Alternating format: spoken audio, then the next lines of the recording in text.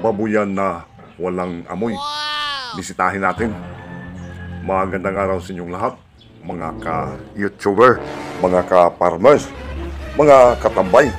Kung naalala pa ninyo, ito yung ginawa naming babuyan, yung tinatrabaho namin.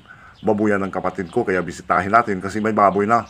Ayun o, hindi nakasiminto ang flooring nito.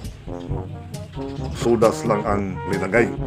Yun bang tinatawag sa amin dito ay ginabas or sudas ng chinso.